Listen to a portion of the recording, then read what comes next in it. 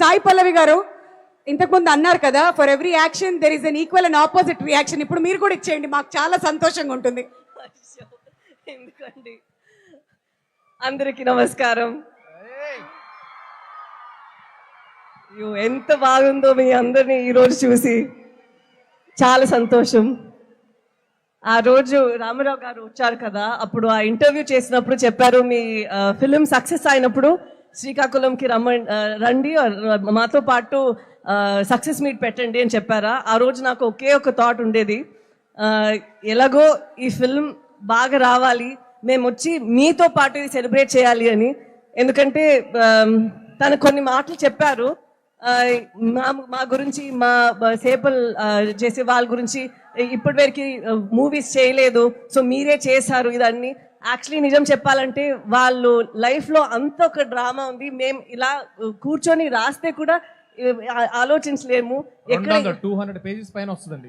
అవును, ఎలాగ అక్కడ వెళ్ళి ప్రిజన్ లో ఉన్నారో వాళ్ళని ఇక్కడి నుంచి ఎలా ఏ ధైర్యంతో వచ్చి తీసుకొని రావాలో అదన్నీ మేము యాక్చువల్లీ ఇమాజిన్ చేస్తే కూడా ఇది ఇంత ఒక 2 hours చేయగలుగుతామనేది తెలీదు. సో వాళ్ళకి ఫస్ట్ నేను థ్యాంక్ యూ చెప్పాలి, మీ అందరికీ థ్యాంక్ యూ చెప్పాలి. ఎందుకంటే మీ లైఫ్ని మాకు పర్మిషన్ ఇచ్చి ఒక ఫిలిం లాగా తీసుకురావడానికి పర్మిషన్ ఇచ్చారు. So thank you so much. And Chandu గారు చాలా ర్యాగ్ చేస్తూనే ఉంటారు అప్పటి నుంచి. ఇలా అదేం లేదు, నాకు ఇది ఒక పెద్ద భాగ్యం. రియల్ లైఫ్ స్టోరీ అనేది మన యాక్టర్స్కి ఇది చేయడానికి అంత ఈజీ కాదు, అలా దొరకదు ఇలాంటి కథలు. సో ఇలా నాకు ఒక పాత్రలు ఇచ్చినందుకు నేను దేవుడికి థ్యాంక్ యూ చెప్తాను. ఇలా ఒక కథ నేను చేయగలుగుతాను అని మన కార్తిక్ గారు, చందుమోహన్ రెడ్డి గారు, బనీవాస్ గారు, అరవింద్ గారు అందరూ అనుకున్నారు. సో అది నాకు ఒక పెద్ద భాగ్యం. అండ్ ఈ జర్నీ మొత్తం అంత నాకు మంచిగా అనిపించింది. రిలీజ్ తర్వాత కూడా అందరికి ఇది నచ్చాలి, ఎందుకంటే జనాలు మూవీస్ చూసినప్పుడు వాళ్ళు చాలా కష్టపడి ఇచ్చిన డబ్బులు వాళ్ళు లైఫ్ నుంచి ఒక 2 hours ఇస్తున్నారు మా కోసం. ఎప్పుడు మేము ప్రే చేస్తుంటాము వాళ్ళకి ఇది ఒక మంచి అట్లీస్ట్ ఎంటర్టైన్మెంట్గా ఉండాలి అని. మాకు చాలా సంతోషం ఇది మీకు నచ్చింది అని. సో దానికి మీ అందరికీ చాలా thank you so much. And నేను చాలాసేపు తీసుకోను, మీ యువ సమ్రాట్ గారు వచ్చి ఇప్పుడు మాట్లాడతారు.